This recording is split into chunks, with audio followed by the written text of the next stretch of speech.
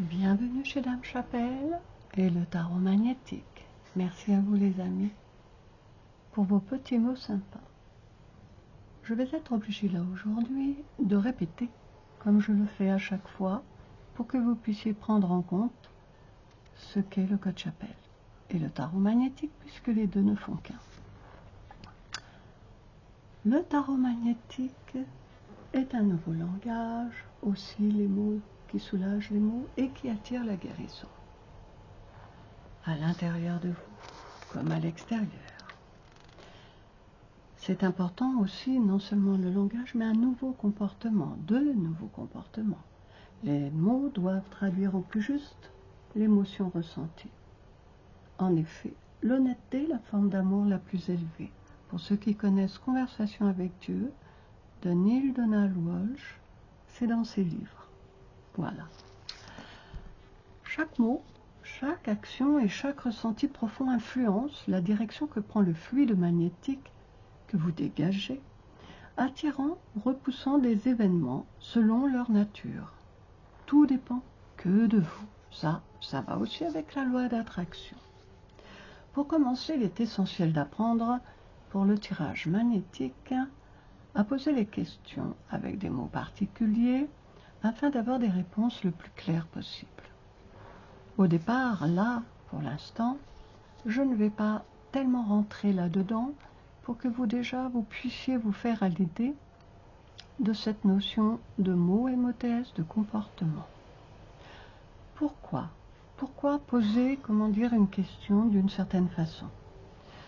Alors, le tarot magnétique associé au tarot traditionnel crée un champ magnétique qui interfère avec votre mémoire cellulaire. Toute cette mémoire qui est stockée depuis la nuit des temps. Les tirages avec le tarot magnétique attirent de nouveaux événements, de rencontres, etc., puisque les tirages protègent, voire désactivent progressivement tous les maudits, voire malédictions, etc. Car les mots dits et qui restent à l'intérieur de soi finissent par créer ce côté maudit. D'accord? Parce que vous dites mal les choses et donc vous attirez des événements qui correspondent à cela. À des malchances, par exemple. C'est pourquoi exprimer à l'extérieur de soi, c'est décharger ces mots en question. En fait, se soigner, c'est remarquer que le soi a été nié.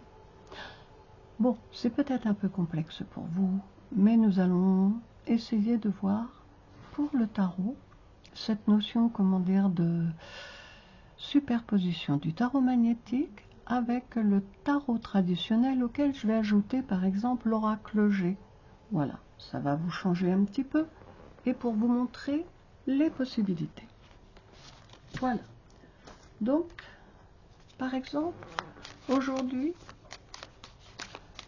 je vais tirer une carte du tarot, là, que vous pouvez écrire la question. Nous allons donc tirer par exemple, décidément, le monde. Vous écrivez sur votre cahier, feuille, qu'importe, le monde. Et c'est là où ça va être intéressant. Je vais prendre l'oracle G, par exemple, pour demander en cet instant, ça c'est important, en cet instant présent, mettez-le. En cet instant présent, écrivez. En cet instant présent, je vais prendre une feuille. En cet instant présent, en cet instant présent, que représente la carte du monde numéro 21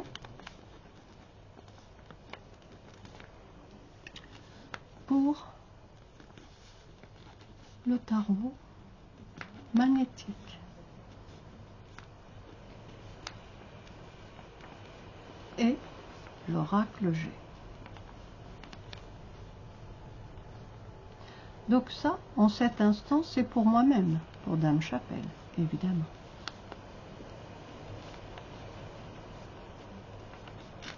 Voilà. Ça, c'est du direct. Donc là, ok, je vous note. Je ne sais pas si vous voyez. En cet instant présent, que représente la carte du monde 21 du tarot traditionnel, évidemment. Hein.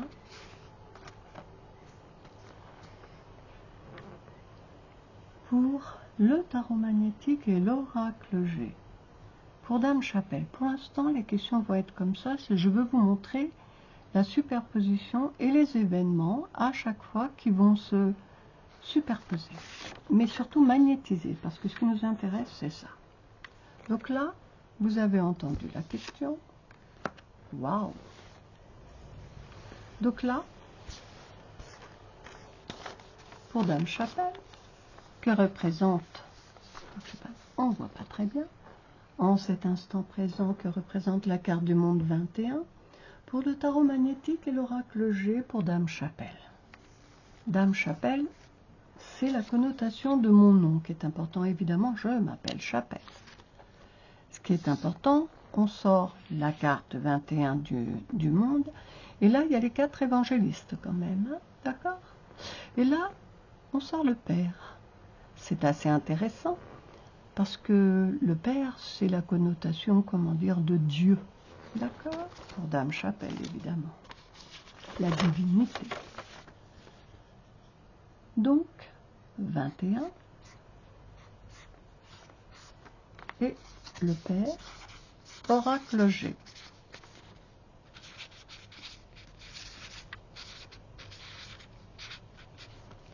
Le chiffre 52. 52, 5 et 2, 7, c'est le chariot, le voyage, ou bien c'est le pape et la papesse. Donc là, à travers la carte de l'oracle G, nous avons le pape dans le tarot traditionnel et la papesse. Voilà. Par rapport à l'oracle G, bien évidemment. C'est moi qui écris sur les cartes pour que ce soit plus clair. D'accord? Donc 21, si on regarde 21, comment dire 5 et 2, 7, puisqu'on va au-dessus de 22, on additionne, hein, dans ma façon de faire. Donc 21, 5 et 2, 7, ça fait 28, 8 et 2, 10, la roue du destin. Mais comme je suis en train de vous présenter l'oracle, le tarot magnétique, hein, donc à partir de ce moment-là, ça veut dire que la roue de fortune, je suis en train de modifier quelque chose en moi puisque je fais ces vidéos et que comment j'ai eu du mal à les faire. Donc pardonnez-moi si comment dans l'histoire je suis un peu brouillon.